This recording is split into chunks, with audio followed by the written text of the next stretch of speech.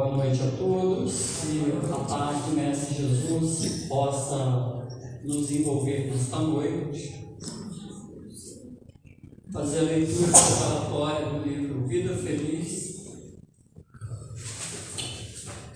psicografia de Divaldo Franco, pelo Espírito de Joana de Ávila. Ser pai ou mãe é uma grande responsabilidade. Cada criatura traz o destino que organizou para si mesma em reencarnações passadas. No entanto, ela nunca deixará de assimilar os exemplos vividos no lar pelos pais. A primeira escola é, pois, o lar, e este, por sua vez, é o resultado da conduta dos esposos, que se devem esforçar para fazê-lo agradável, honrado e rico de paz. Abençoa o teu filho com as tuas palavras e conduta, fazendo-te amigo dele em todas as situações. Os filhos, como todos nós, somos de Deus, e tu prestarás conta do empréstimo que te foi concedido para educar.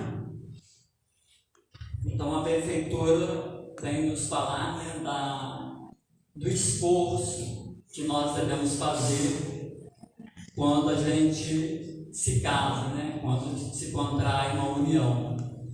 E aí ela destaca, o amor que o pai e a mãe devem ter pelos seus filhos. A benfeitora espiritual Joana de Ângeles nos chama a atenção para essa questão. Então que possamos refletir nesta mensagem da benfeitora espiritual. E vamos neste momento fechar os nossos olhos, nos desligarmos do mundo exterior, dos nossos problemas, do cotidiano, das nossas dores, das nossas lutas, e fazer neste momento a nossa conexão com o mundo maior, com Deus, nosso Pai, com o nosso amigo incondicional de todas as horas, o Mestre Jesus, a nossa Mãe Maria Santíssima, com o mentor espiritual da casa, Raimundo Tristão, e todos os demais mentores amigos. Deus, nosso Pai de infinito amor e misericórdia, aqui estamos reunidos em Teu nome para mais uma reunião de divulgação doutrinária da nossa casa. E queremos agradecer pela oportunidade de aqui estarmos para aprendermos um pouco mais das lições de amor do Evangelho redivivo do vosso Filho, nosso irmão, o nosso Mestre Jesus. Pedimos a vós, através dos benfeitores amigos, que possam intuir, que possam envolver o nosso irmão Valdeci, que irá nos falar nesta noite, que ele possa receber do mundo espiritual as intuições necessárias para que a sua palestra, para que a sua fala seja direcionada dentro dos postulados espíritas. E assim, agradecidos a vós, agradecidos ao Mestre Jesus e aos demais mentores amigos, pedimos a vossa permissão para darmos por iniciada a nossa reunião de divulgação doutrinária desta noite. Que assim seja. Então, o Valdeci da casa, aqui do Amor de Jesus, ele vai nos falar nessa noite, o tema está ali, e que possamos assimilar os ensinamentos, aquilo que ele vai nos trazer nessa noite. Falar com você, para você.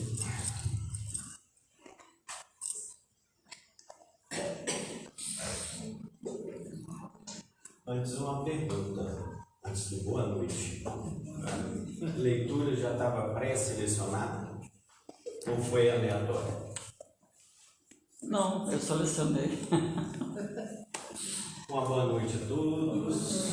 O amor do Mestre Jesus esteja nos nossos corações. Uma alegria ímpar, né? Sempre estarmos de volta a casa para falar de Jesus. E uma alegria em dobro, porque numa sexta-feira que antecede um dia tão especial para a gente, que é o Dia das Mães. E hoje nos foi dada a tarefa de falarmos um pouquinho, como o Clóvis na sua leitura introdutória já falou, sobre família, sobre a responsabilidade que nós temos acerca da família. Só para esclarecer, quando falamos em família, eu já falei para os irmãos que eu sou professor, né, universitário. Antes era direito da família, agora é direito das famílias. E quando a gente fala em família, a gente fala da união de dois seres, mas a gente fala também na família espírita. Nós falamos também da família profissional, igual eu e Clóvis trabalhamos 7 anos juntos, não foi? Nós tínhamos a nossa família, que era a Detran. Então, a responsabilidade que os nossos mentores espirituais nos trazem acerca desse tema. Eu achei fabulosa a leitura introdutória, porque vem falando dos atributos dessa troca de experiência, da responsabilidade que nós temos perante a família. No desenrolar do estudo da noite, nós iremos traçar alguns tipos de casamentos. Nós iremos falar se o divórcio à luz da doutrina espírita é benévolo ou não, se é aceitável ou não, mas nessa noite de hoje eu convido os irmãos que estamos em família para que nós possamos tirar essa hora e refletirmos sobre a nossa responsabilidade nessa atual existência. Já estamos praticamente no meio do ano de 2025. Dia desse, Réveillon, daqui um tempo, Natal, e aí a gente para quando fala no Natal e vê quantas famílias que só se reúnem numa data específica, Natal. Vamos fazer uma ceia, vamos conversar, mas o resto dos 364 dias estão afastados. Isso tem um impacto gigantesco no mundo contemporâneo que nós estamos vivenciando. Principalmente nessa fase de transmissão, de migração, de transformação do mundo de provas e expiações para o mundo de regeneração. Então hoje, que nós trouxemos é o estudo do Evangelho segundo o Espiritismo, no que tange ao capítulo 22, que fala: não separeis o que Deus juntou. Fala sobre a indissolubilidade do casamento e como que fica a questão do divórcio à luz da doutrina espírita. Deixando bem claro, né, para os irmãos, nada é do Valdecino, né, porque eu estou muito aquém disso. Tudo a gente tentou tirar, compilar para trazer para os irmãos. Que o Mestre Jesus possa nos abençoar na noite de hoje, todos nós, para que nós possamos tirar essa hora para refletir sobre esse ponto nevrálgico, mas é um ponto muito importante na evolução da humanidade. O primeiro ponto que Kardec, quando codificou a doutrina, trouxe para nós qual o papel do matrimônio. Em alguns momentos nós vamos falar no sentido mais amplo, como eu falei, a família espírita. No outro momento nós iremos falar da união de seres. Nesse ponto, Kardec vem e fala: buscamos compreender o papel do matrimônio como instrumento de progresso espiritual, moral e afetivo, destacando a importância do amor, do respeito e do compromisso mútuo. Além da questão da evolução que nós devemos ter, mesmo que seja gradativa, mas nós devemos caminhar para que nós possamos galgar mérito, para que ao readentrarmos na verdadeira vida, que é a vida espiritual, a gente esteja um pouco melhor. Quando eu estava fazendo o estudo, eu fiquei pensando, falando de família nessa sexta que antecede o Dia das Mães, onde eu poderia buscar um exemplo para a gente começar uma historiazinha da nossa conversa, não é uma palestra, é uma conversa.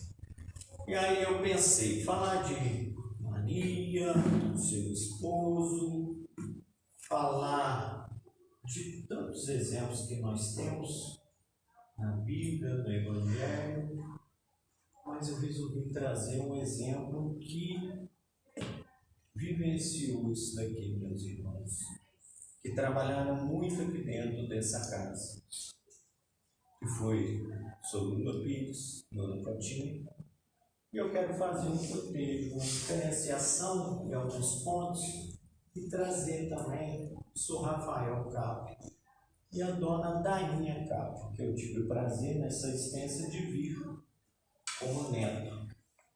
São meus avós paternos.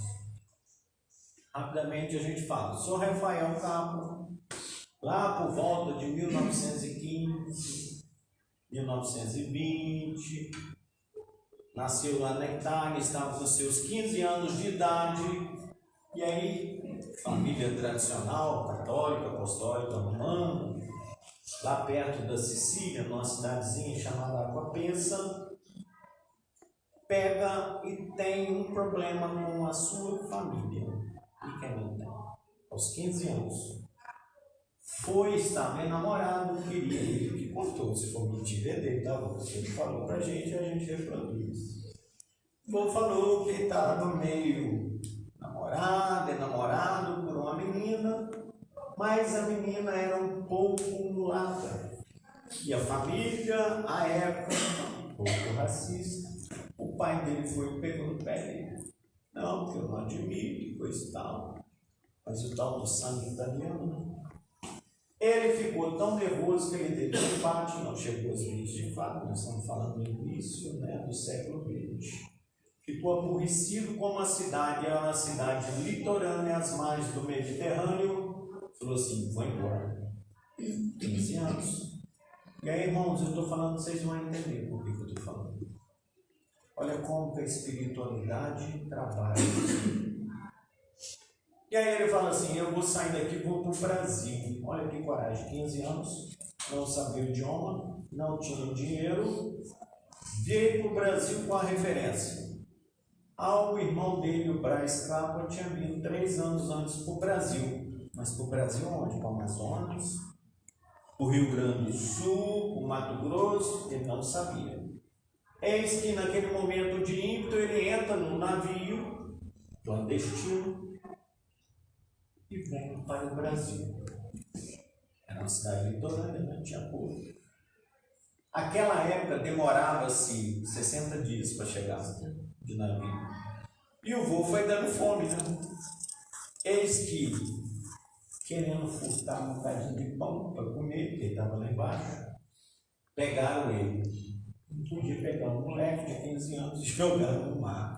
Falou, você vai trabalhar. O que você está fazendo? Não, estou indo para o Brasil. Você vai trabalhar. E aí foi encher caldeira do navio. Beleza, veio, chegou no Rio de Janeiro, desembarcou, trabalhou até os 18 anos, atingindo a maioridade, juntou um pouquinho de dinheiro como estimador, no porto ali no Rio, e aí resolveu, uns 3 anos, juntou um dinheirinho e falou assim: vou em busca do meu irmão, né? 3 anos, agora já dá. E aí ele pegou, pediu as contas lá no porto e pegou uma locomotiva e se dirigiu a uma cidade de Minas. Informação passada que meu tio, avô, estava lá. Chegando lá, o Volbraz não estava. E aí foi direcionado. Alguém lá falou assim: o Sobrais já tem uns anos que foi para uma cidadezinha chamada Alegre, no Espírito Santo. O vô Rafael, 18 anos, pega a locomotiva de novo, chega em Alegre. Enquanto Tibraz, olha que beleza, depois de 3 anos. E aí, eles de família católica, o Tibraz já estava um pouquinho deslocado para a doutrina espírita. Tibraz encontrou uma pessoa, veio se casar, e aí falou: Rafael, vamos lá conhecer. E aí foram conhecer eles, que nesses encontros, que na época tinha sido uma caravana, ele conhece a dona Dainha. E aí a dona Dainha já era esquerda, família Bragança. E aí o senhor Rafael falou assim: não vai ter jeito. Para mim namorar, eu vou ter que juntar também, não só o corpo, mas a religião. Acho que vô casou, eu fiz o levantamento do tempo em 1921. E aí, conheceram através da doutrina espírita, conheceram também um casal que tinha se juntado há pouco, Solula e Dona Cotinha, e aí começaram a achar um ponto em comum que era a doutrina espírita. E aí, numa conversa entre os dois, voltando a falar, foi meu avô que reproduziu, se for mentira dele. Porque morreu em 1990, mas ele está aí, eu tenho certeza. E aí, o que acontece? Acharam um ponto em comum. Recém-casados, recém-migrados da religião católica para o espiritismo, mas eles tinham um problema em comum. Qual o problema em comum? Tanto Dona Cotinha quanto minha avó tinham uma mediunidade não muito trabalhada à época, muito aflorada. E às vezes, naquela época, dava-se crises, né? As pessoas não entendiam. Por que eu estou falando isso se o tema da palestra é casamento, é família? Porque o policial da Itália, vê se não tem uma coisa, chegou aqui, mudou de religião, veio e encontrou. E dessa união que tiveram, eles começaram a ser amigos porque ambos tinham, através do amor para com sua família, em especial as mulheres, eles tiveram que se despir do orgulho e dar mais atenção para a família. Quantos pontos em comum? Falo para vocês outros. Solula teve 10 filhos, não foi Zé? O vô Fael teve 6, mas adotou 4. Também teve 10 filhos. E através dessa dupla casal, eles passaram muitos e muitos anos. Solula eu peguei muito pouco ainda, confesso, eu estava muito novinho, não lembro direito. Lembro da veneranda, mas não lembro direito. Mas o vô tive convivência com ele, com a avó, a vida inteira. Tiveram seus problemas que estavam conectados com o espiritismo, com a mediunidade que precisava ser trabalhada. Dona Cotinha e minha avó. E aí essa dupla de casal ficaram por mais de 50 anos desenvolvendo a doutrina espírita. E é um momento de júbilo porque hoje, em 2025, está sendo transmitido, né, nas redes sociais, a nossa conversa. Hoje você chama, as propagandas são muito mais fáceis, você manda o WhatsApp, lá na China recebe no mesmo momento. Mas e naquela época para trazer os irmãos até a casa espírita? Comprometimento que esses dois seres, homens, depois o Lula tiveram, e o amor que eles tiveram para com as suas famílias. A avó não era fácil. Tinha esses problemas, e eu posso falar para os irmãos. Uma vez, eu não vou falar só disso, só para vocês entenderem o liame e como as coisas são programadas. Certa feita, eu muito novinho, a avó foi internada em Carangola, e nas crises, o espírito pegou ela e a mediunidade dela era muito aflorada. Acabaram de aplicar a injeção para dar meio que um sossego leão, o espírito virou para a gente, precisa disso. Falou assim, não vai ficar aqui. E saiu na memória, do mesmo jeito, botou o médico, ficou doido. Eu devia ter uns 12, 13 anos, não esqueci isso. Como eu também nunca esqueci, eu sou Lula e Elano Cotinha, eu não vi. Mas eu vi minha avó enterrar meu avô, dando um beijo na testa dele e falando, ah, meu companheiro de jornada, eu vou reencontrá-lo em pouco. O que eu estou falando para os irmãos, que uma união, que um matrimônio, que o que Deus juntou, tem que se sobressair mediante as pequenas adversidades. Porque nós somos seres espíritas, e nos foi dado a tarefa, a incumbência de nos melhorarmos, de auxiliarmos. Então, quando Kardec fala que é um instrumento de progresso moral, ético, social, significa que está muito mais aquém das aparências. Com todo respeito aos irmãos, ao mundo que a gente está vivenciando, hoje as redes sociais transmitem, né, aquilo tudo de bom. A pessoa está bem, a pessoa está sempre maquiada, está sempre feliz.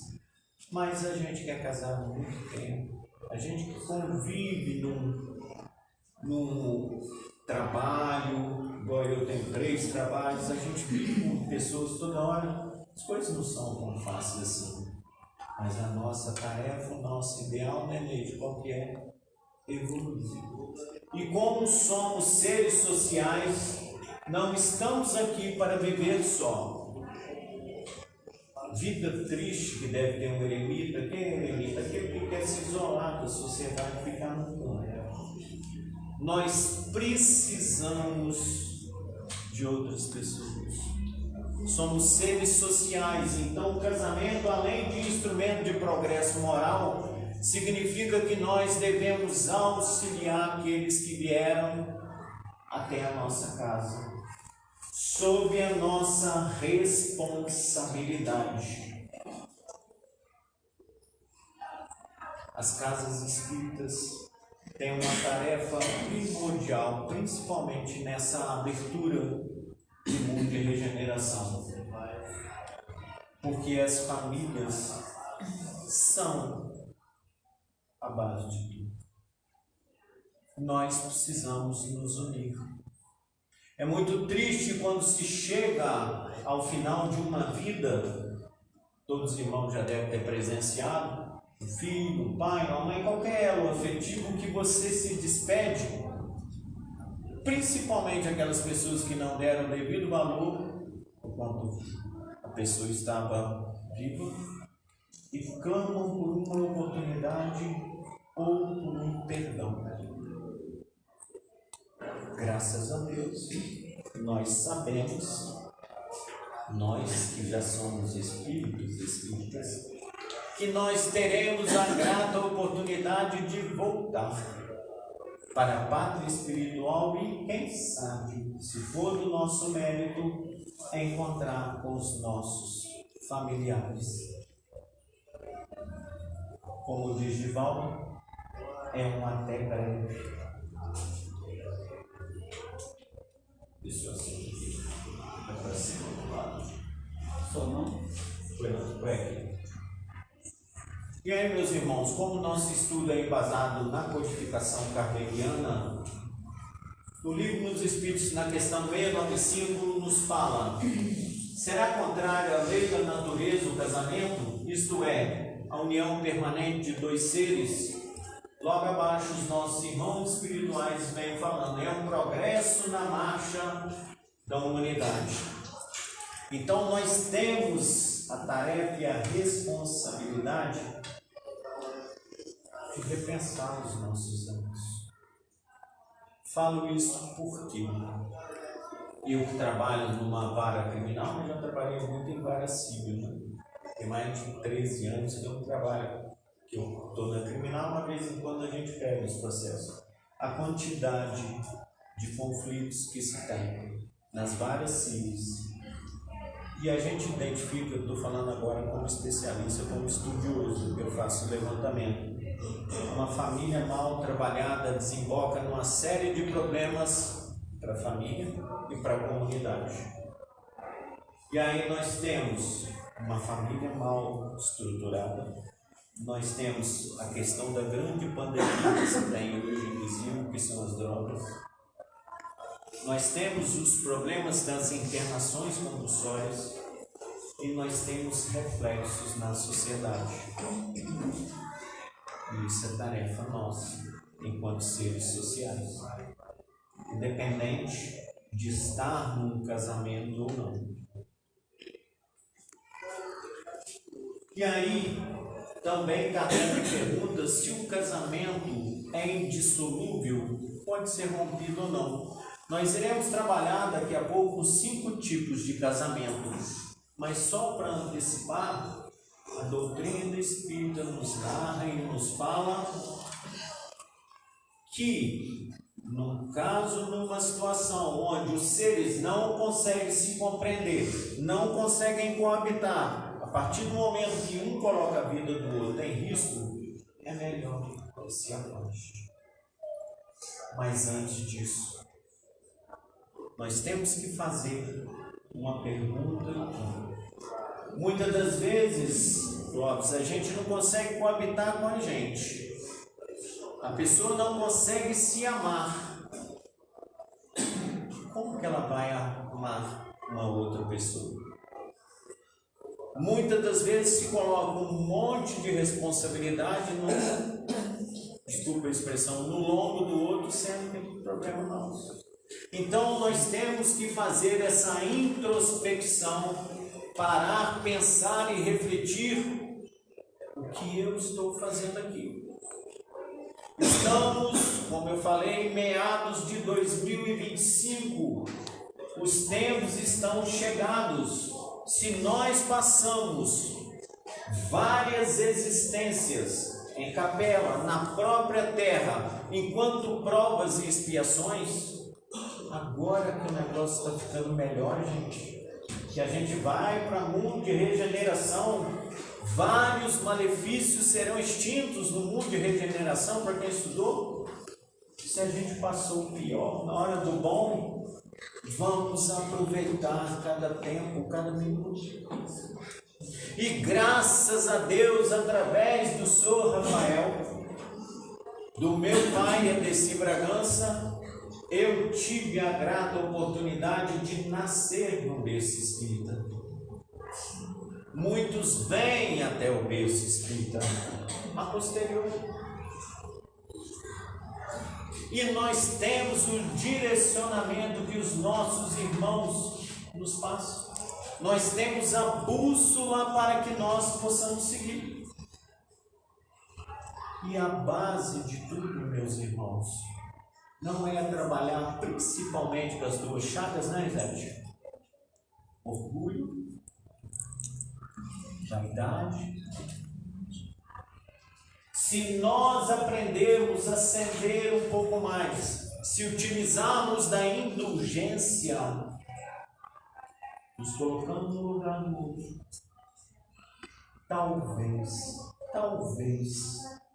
a vara civil de Grosfilho, especificamente, poderia ter um pouco menos de processo. A primeira vara, que é a vara civil, nós temos 6.000 processos. A criminal nós temos 4. estão conectados. Começa lá e termina. Nós precisamos estar atentos. Eu estou falando aqui do plano material. Os irmãos que já tiveram a oportunidade de relatos aos 4 anos de idade, eu vi meu avô Fael pela primeira vez em Cachoeiro falar o irmão falar através do meu avô. Mas quantas vezes nós estamos na reunião mediúnica e os nossos irmãozinhos necessitados nos solicitam orientações acerca de erros cometidos. Graças a Deus nós temos a oportunidade, como Francisco Cândido Xavier nos disse, embora ninguém possa voltar atrás e fazer um novo começo, qualquer um pode começar agora e fazer um novo fim. Essa semana eu estava conversando com um amigo que eu tenho, contei para mim que hoje não deve ter dado. Ele é evangélico, e eu falando para ele o que nós acreditamos passa aquém de punição, de malefício. Tudo nos é permitido, mas devemos ter a tarefa e a responsabilidade de não usar de uma forma equivocada.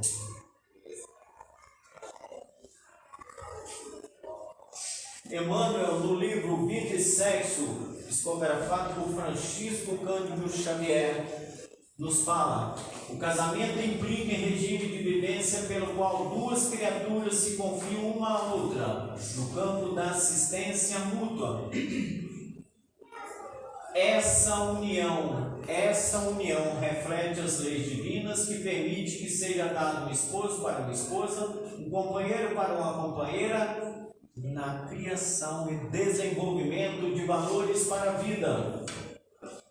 E aí, meus irmãos, vem narrando logo abaixo: dolorosa, sem dúvida, a união considerada menos feliz. Como eu falei, daqui a pouco nós iremos falar sobre os tipos de casamentos.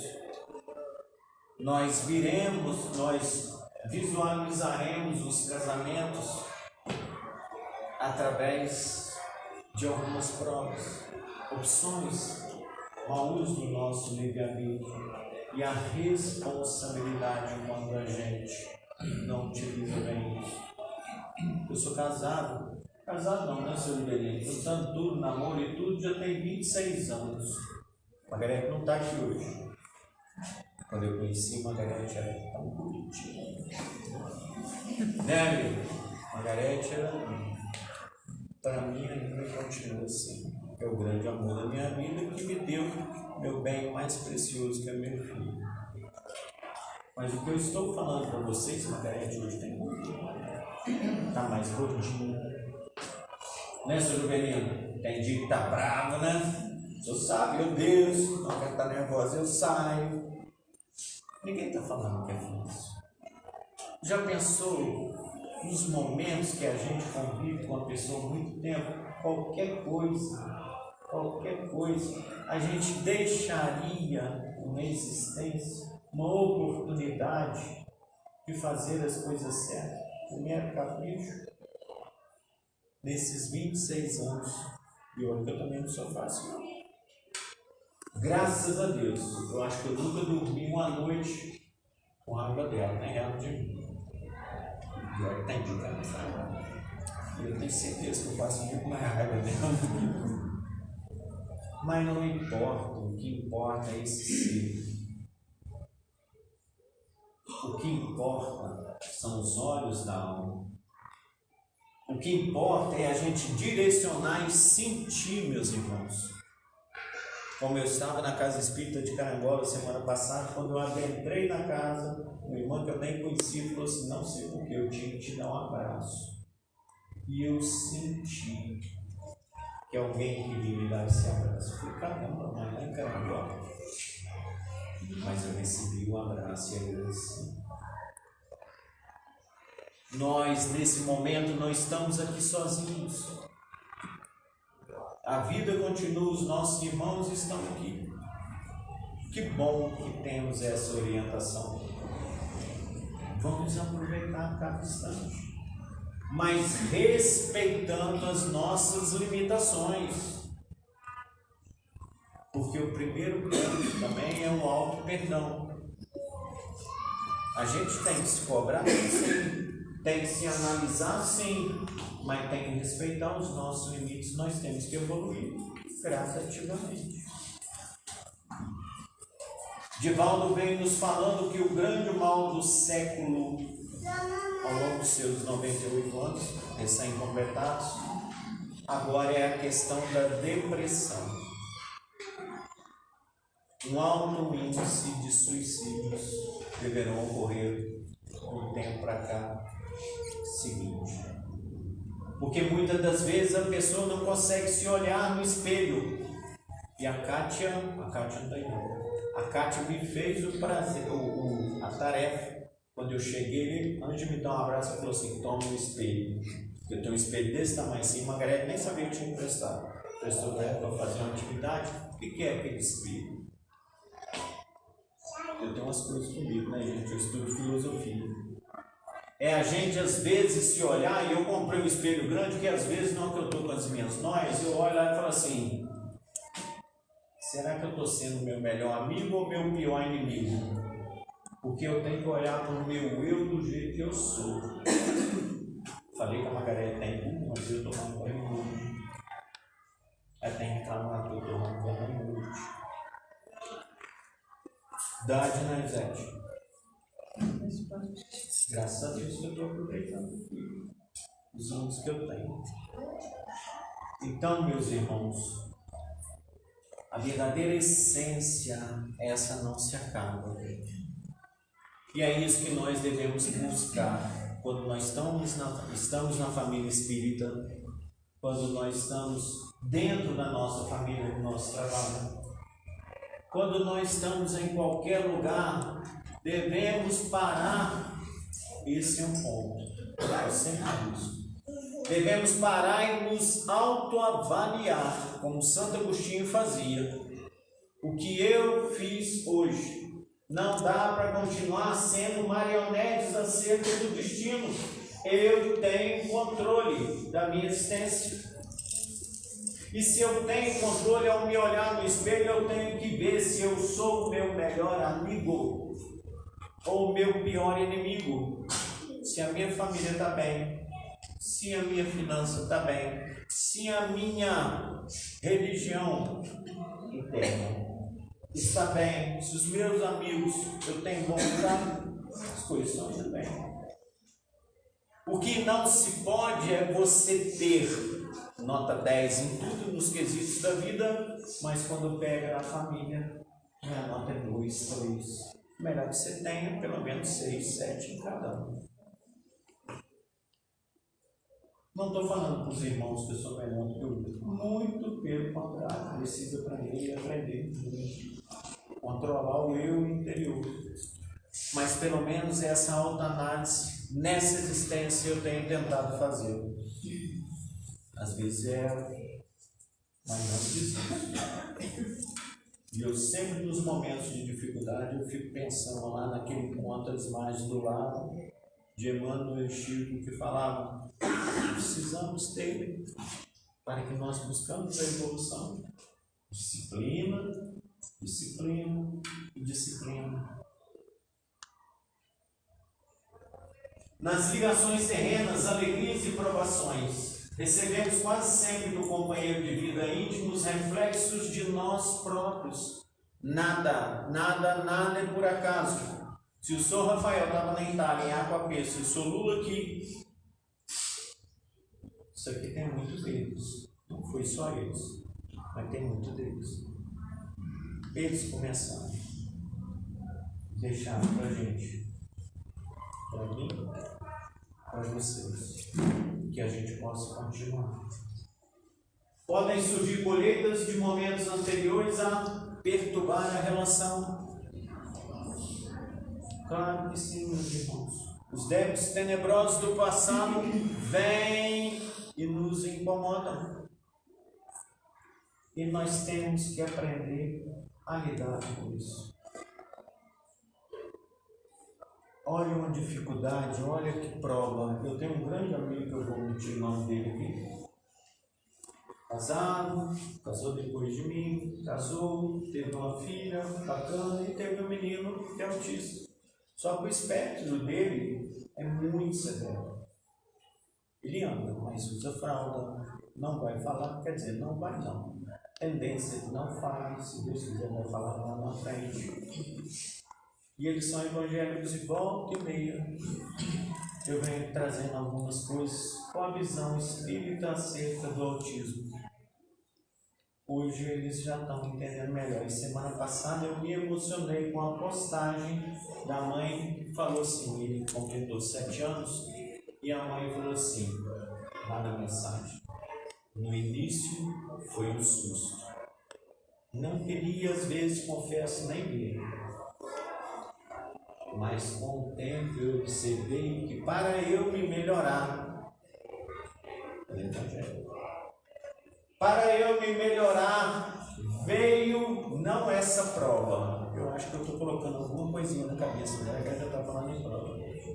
Mas veio essa recompensa de ter esse ser junto a mim.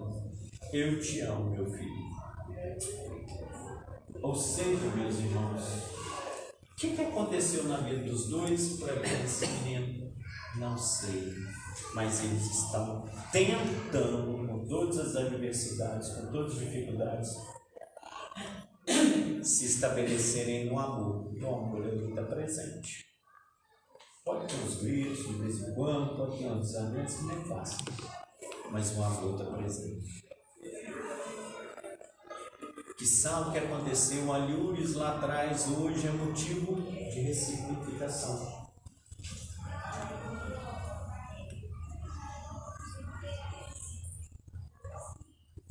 E quando a gente fala isso, eu queria falar para os irmãos que o plano espiritual sempre tem um plano A, B, C, D e E.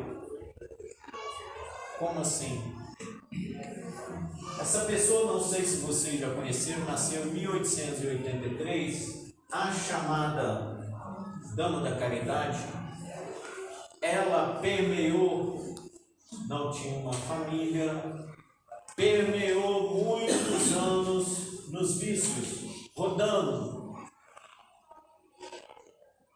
pelo interior de São Paulo, perambulando. Tinha tudo para dar errado, vamos falar na linguagem vulgar, terreno. Tinha tudo para dar errado.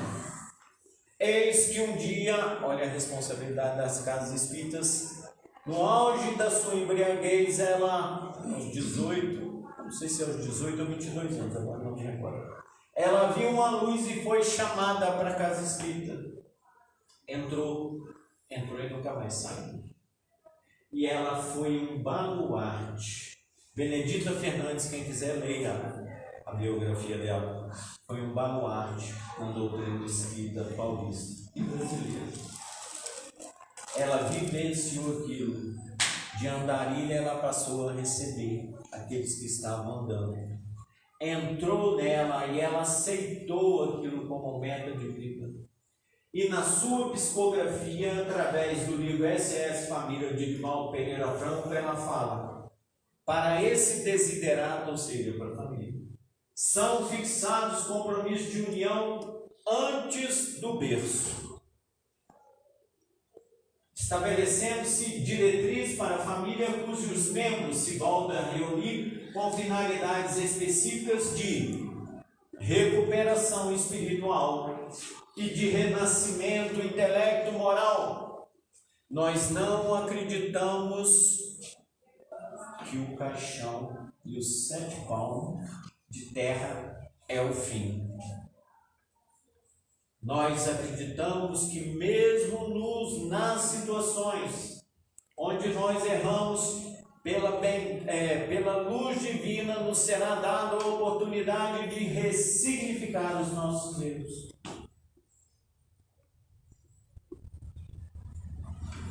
De recuperação espiritual, de renascimento intelecto moral no rumo da perfeição relativa que todos alcançarão. E ela fala, essa é a finalidade primeira da reencarnação, ou seja, nos melhorarmos, fazermos diferente. Que os erros cometidos ficaram lá atrás, mas nós temos mais uma oportunidade. E aí eu chamo aqueles que muitas das vezes os irmãos já devem ter visto no leito de morte, despedindo de alguém. Eu só queria mais uma chance de te pedir perdão. Eu queria mais uma chance de te abraçar.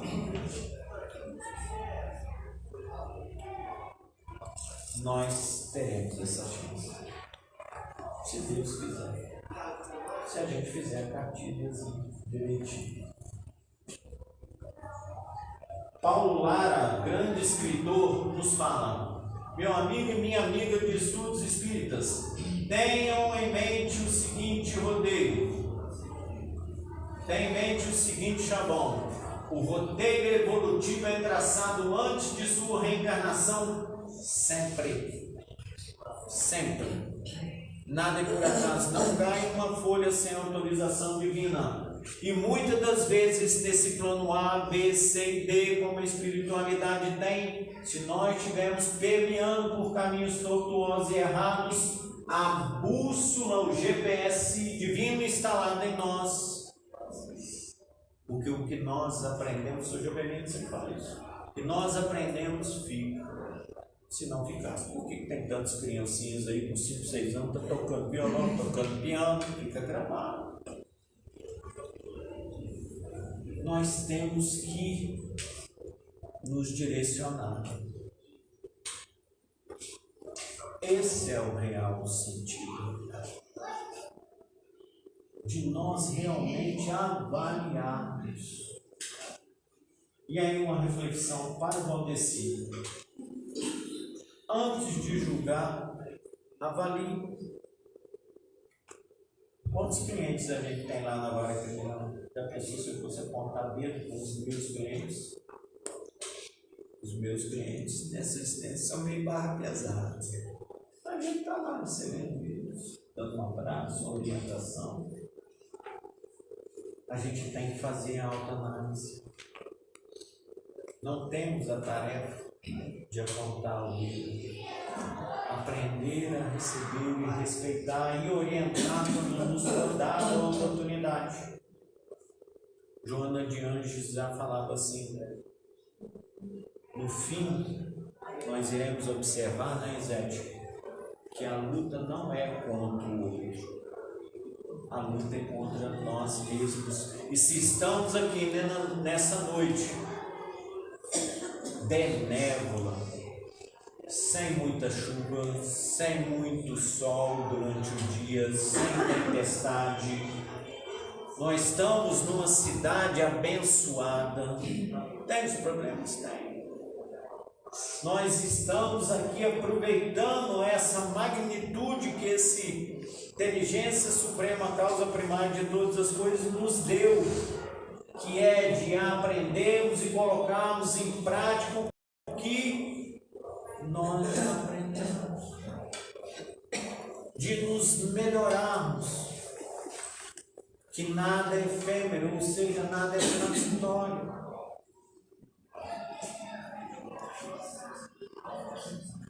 Sempre temos uma oportunidade. Por que deixar para depois? Se as coisas não estão caminhando, o que eu posso fazer? O casamento na doutrina espírita, na visão espiritual, união de seres, resplandecendo que a espiritualidade nos trouxe para a evolução intelecto-moral e para a orientação, recuperação, regeneração daqueles seres que nós temos vínculo no passado. É um caso de parceria e crescimento, cooperação mútua para que nós possamos evoluir. Para isso nós deveremos ter compromisso mútuo, responsabilidade, crescimento espiritual. Graças a Deus que nós temos essa visão aberta dessa ciência, filosofia e religião através da codificação kardeciana dos livros que nos dão a bússola de onde seguimos. Vamos analisar os fatos. Nós precisamos e temos a tarefa de auxiliar aqueles que batem a nossa porta. Vocês não sabem como mexeu comigo. Eu pai e a Penha, eu chegando em Carangola, eu tinha falado lá uma vez. Domingo passado veio aquela senhora. Eu te conheço através do telefone, nem sei de onde que é. Mas eu vim aqui que eu preciso te dar um abraço. Eu sinto a necessidade de dar um abraço. E que coisa bendita, benévola que eu senti. Que não era só dela. Nada é por acaso, meus irmãos. O santo vem e nos fala. A verdade do espírita, quando ele desencarna, o primeiro lapso de realidade quando ele tem e é verdade. Existe a vida após a morte. Nós temos que ter esse real conhecimento e acreditar que nada é por acaso. E aí que a gente já está caminhando para finalizar, nós temos através da doutrina espírita 5 tipos de união. Primeiro tipo de união são os casamentos acidentais. Exemplo, vou para a rua hoje, chego lá, bebo demais, enquanto a menina que também bebeu, a gente acaba no motel, conhece algumas vezes. Mesmo nesses casos, a doutrina espírita fala do plano A, B, C. Foi traçado lá atrás. Foi através do livre-arbítrio? Sim. Porque se assim não fosse, quem viu o filme Nosso Lar 2, a tarefa daqueles 3 por ano incerto era que eles tinham responsabilidade naquela casa espírita de estabelecer o contato. Mas como falhou o plano A, tinha um plano B. E o plano B foi. A espiritualidade é muito inteligente. Se não tiver plano A, tem um plano B, C, D. Os casamentos acidentais ou os relacionamentos acidentais, as uniões acidentais, através do livre-arbítrio, também tem um significado. Tem um plano A, B, C, D. Os casamentos provacionais, reajuste de alma. Muitas das vezes aquele casal é conflito em conflito. O pai não vai brigar, não, eu vou abrir isso daí. O pai foi casado há muitos anos com a mãe. Vários problemas. Muitos problemas. 70 anos separados. Talvez o casamento era provacional, eu acho que era. Mas depois disso, são amigos.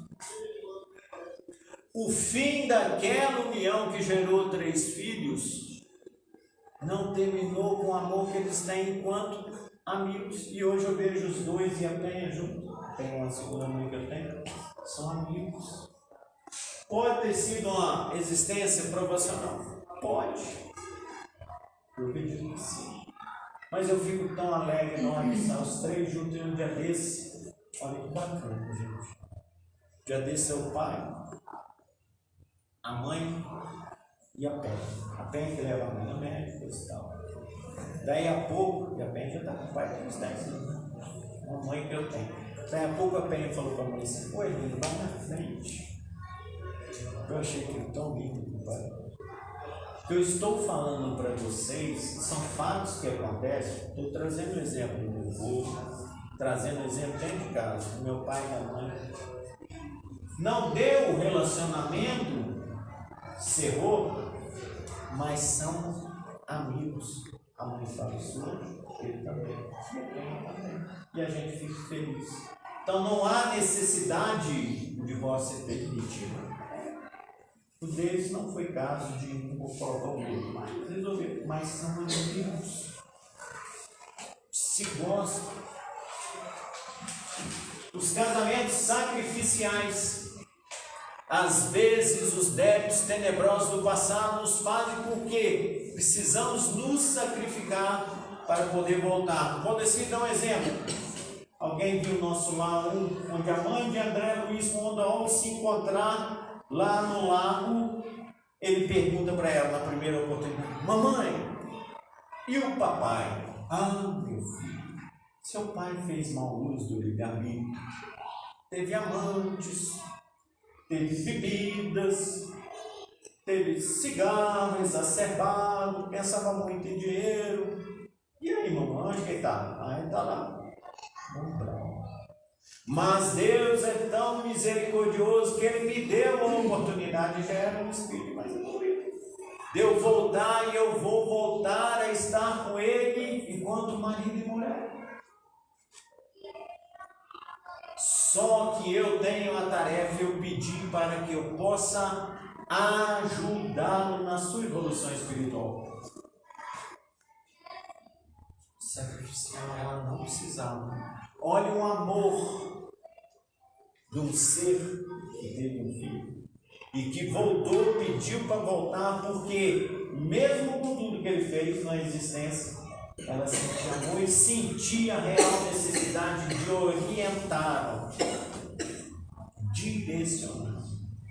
Os casamentos afins, as uniões afins, que a gente sabe que tem espíritos que são afins de outras existências, isso é muito normal. E por último, os casamentos transcendentes. Quando a gente fala de uniões, de casamentos transcendentes, quantas pessoas a gente observa no planeta Terra, na nossa nação, que tem uma tarefa que vem, que parece que transcende, né?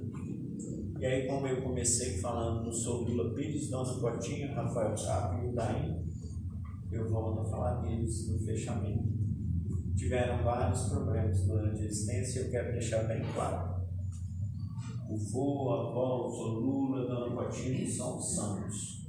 Erraram, passaram muitos apertos, devem ter feito um monte de coisa, mas ali tinha um amor. Eu acho, na minha pequenez, que eles cumpriram o papel deles. Porque dos 10 filhos que eu conheci do meu avó, eu conheço alguns do Solula, quase todos. Ninguém ficou reclamando dos pais. Todos amam os pais. Eu acho que eles foram uniões transcendentes. E se eles conseguiram, por que a gente não pode conseguir? Qual a dificuldade nisso? E aí, para encerrar, meus irmãos, eu queria só que vocês refletissem. Os tempos estão chegados, não estão chegando. O mundo está difícil, não é assim que a gente fala? Mas nós precisamos cada dia mais nos fortalecer com a codificação kardeciana. Nós precisamos realmente estudar, adquirir conhecimento para que nós possamos nos domesticar, porque a nossa tarefa ainda é muito grande. Nós temos compromisso, nós temos responsabilidade. Aí a Risete vem para mim e fala assim: mas eu estou com problema de pressão alta, tudo isso. Chico também teve. O Clóvis vem reclama: meu cabelo está caindo. Mas tem compromisso. Valdeci, às vezes, tem puxado a ouvir. Estou trabalhando demais, com colher de café, tem faltado a cada espírito aqui. Valdeci. A gente precisa fazer essa autoanálise. E acima de tudo, vamos buscar o auto-perdão. Saber que nós somos limitados, sim.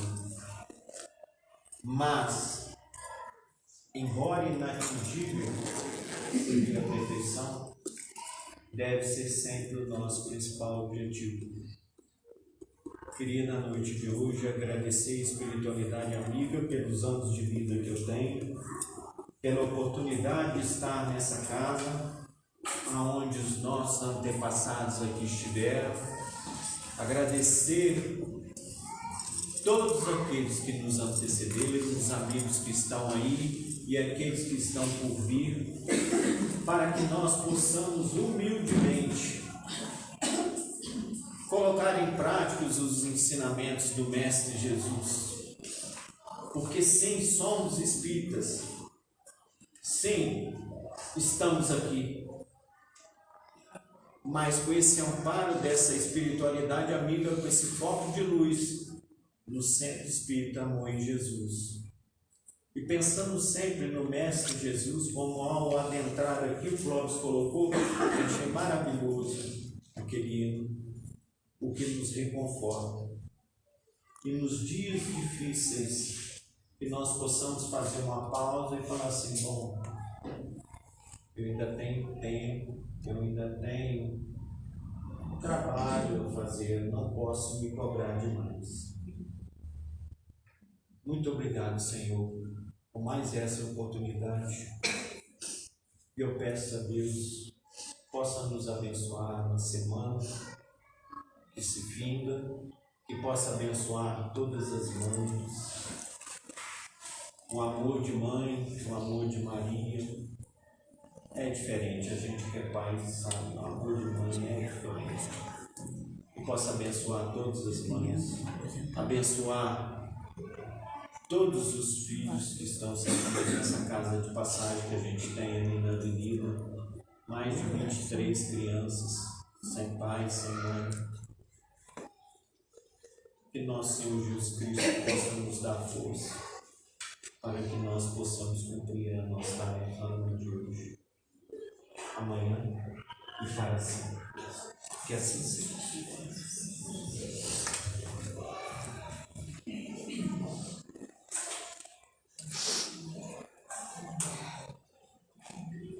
Você não gosta, ele não gosta não, mas dá uma sensação de apoio.